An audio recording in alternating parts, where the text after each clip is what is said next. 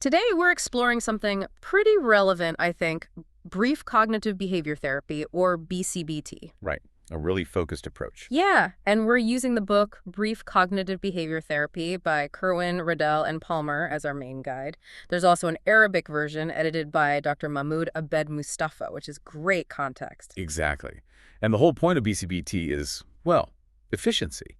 It's designed to tackle psychological issues in a shorter amount of time. Which sounds appealing, honestly.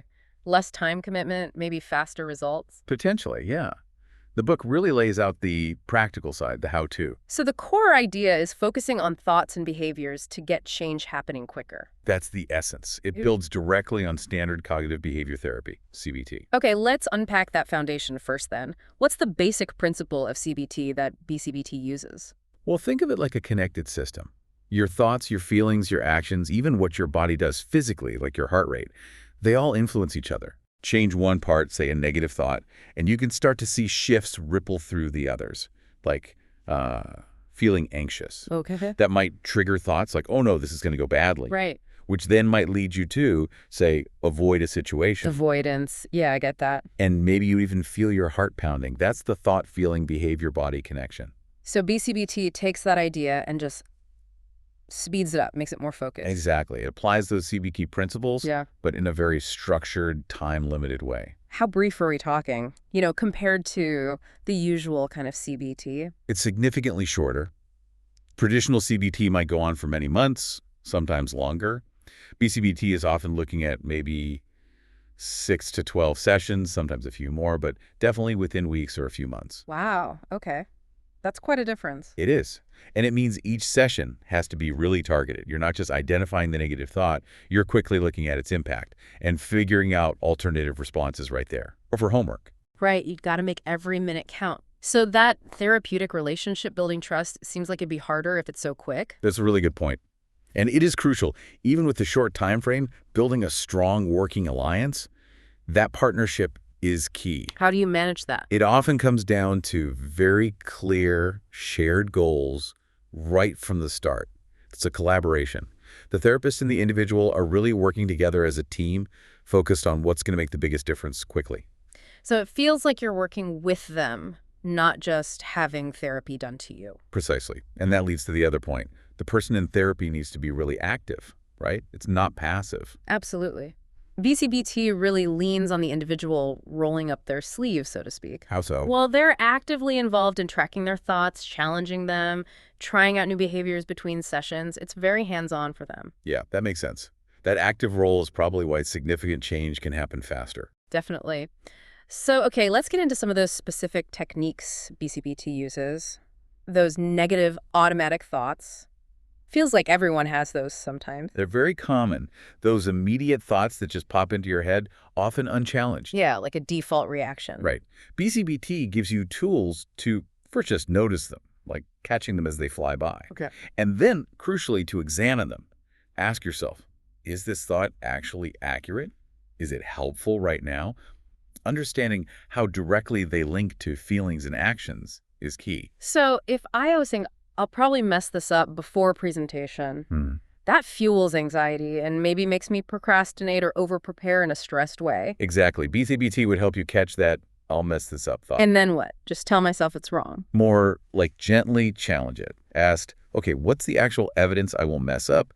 Have I prepared reasonably well? What's a more balanced way to think about this? Oh, okay. Creating some distance. Yes.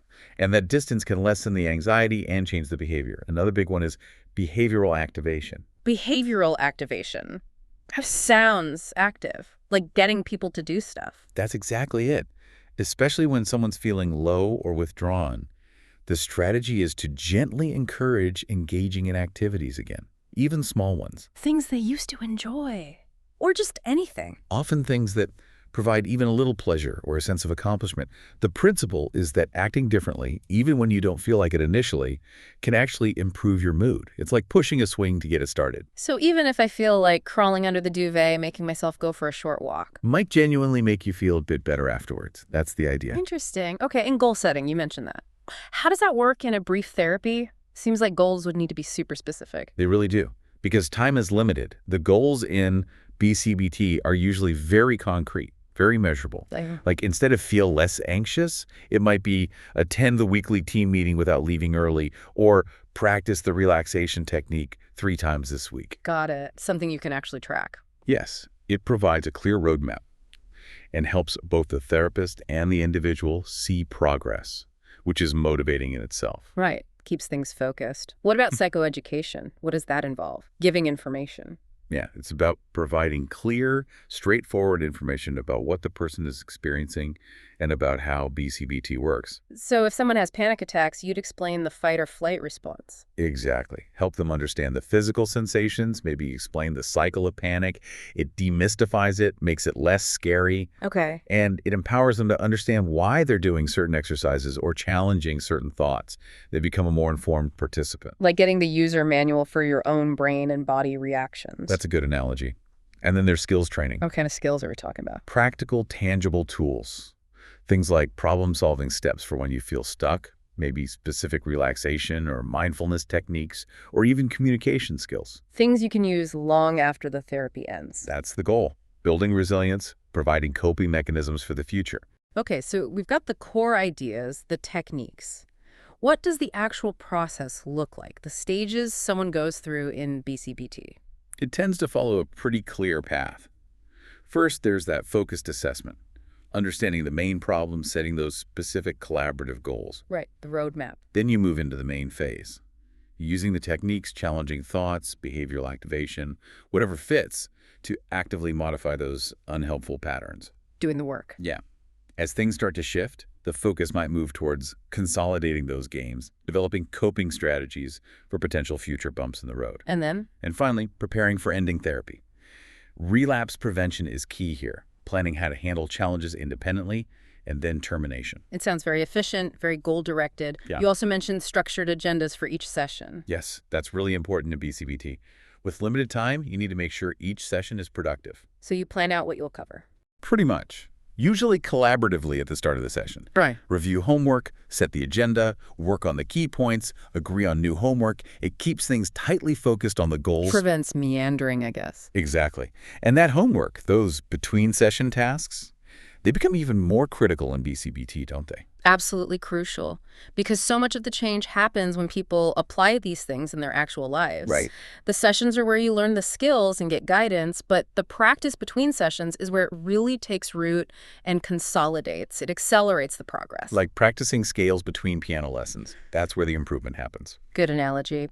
So who is BCBT generally for? What kinds of issues does the book suggest it's suited for? Well, our source doesn't give an exhaustive list, but because it targets those core thought-feeling-behavior links, it's often applied to things like anxiety disorders, mild to moderate depression, stress management, basically common psychological issues where those patterns are playing a big role.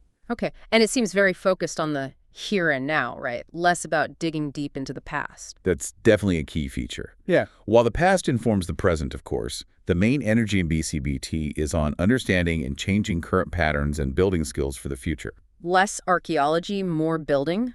You could say that. It's about gaining traction on present problems and moving forward. But I suppose it's not for everyone or every situation. That initial assessment must be important. Oh, absolutely critical. The therapist needs to carefully assess if the focused, brief nature of BCBT is the right fit. Why might it not be? Well, for more complex, long-standing issues, or perhaps severe trauma, or if someone isn't ready or able to engage actively in the structured approach, a longer-term or different type of therapy might be more appropriate. It requires a certain level of motivation and capacity for self-reflection and action. Right, got to match the tool to the job. Okay, so wrapping this up, if we boil it down, what are the absolute core messages about BCBT from this book? I'd say it's CBT principles applied in a focused, time-limited way. It strongly emphasizes practical techniques, a collaborative therapist-client relationship, and the individual's active participation. Right, that active part seems key. And the focus is squarely on present challenges and future coping, aiming to change unhelpful thought and behavior patterns efficiently. So the takeaway is that even brief, structured health can make a real difference by zeroing in on those thoughts and actions. Exactly. It highlights that targeted interventions can be powerful. And just understanding these ideas, even outside of therapy, seems useful, like knowing how much our thoughts can steer our feelings and actions. It really can be empowering, yeah, just bringing awareness to those internal processes. Well, thank you. This has been a really clear and helpful exploration of brief cognitive behavior therapy. My pleasure. It's a valuable approach to understand, offering a condensed but potentially very effective path for some people. And for you listening, we hope this deep dive gave you some food for thought. Maybe take a moment later to just notice, how your own thoughts, feelings, and what you do seem to connect during your day. Yeah, maybe a final thought to leave you with. What might happen if you pick just one recurring negative thought you sometimes have and simply practice noticing it when it pops up without immediately buying into it or judging it? How might just that little bit of awareness start to change things?